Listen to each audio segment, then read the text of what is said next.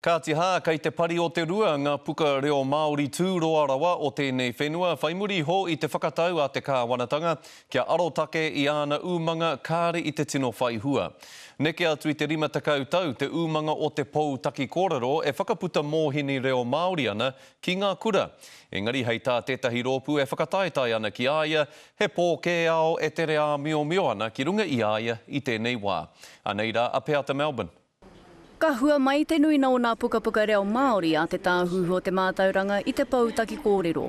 I nā tau iwa te kau, iwe he mai te kamupene i nā parihau o te tāhuhu ki atu motuhake.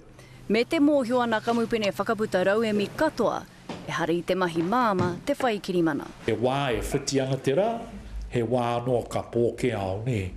Nā reira koira kia taunga tunu ki tērā āhuatanga o te whakataetai. Ko peki ake nā kaimahi kirimana i te pautaki kōrero i roto i nā tau tata nei. He oi o horere tonu i te kamupene o huia ki te karere, he poto pea te wā kia te pautaki kōrero. Ku rongo koinei te āhuatanga o tēnei kāwanatanga, ne.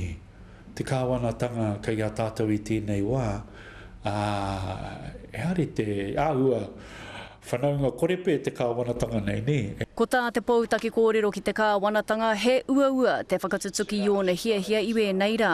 I raro hoki nā whakahaere e hiahia tiana e rātau. Kua puta te kōrero mai e Bill English, mini tā take pūtea, ka tapahia nā here ki nā hirona kāwanatanga, kāre i te mahi pūtea. I wai atua hau ki te kai whakahaere o te pautaki kōrero a David Glover, ka ria i hiahia ki te kōrero mai. Hei tāna, kua putake nā kōrero ki mua i te aroaro o te marea. He oi he ai ki nā kōrero i tai mai kia mātou o te karere, kua roa te pautaki kōrero e raru ana. Hei tā te tahi kaimahi ōmua, kua heke te taumata o nā rauemi, a kua riro ia huia, te nuina o nā kirimana. He mea ka puta e tahi āhuatanga hou, e tahi mahi hou i roti tēnei āhuatanga ka tirohe, ka ata tirohe e mātou o huia, mena he hua kai roto mō mātou o tira. Mō tō tātou iwi, ne.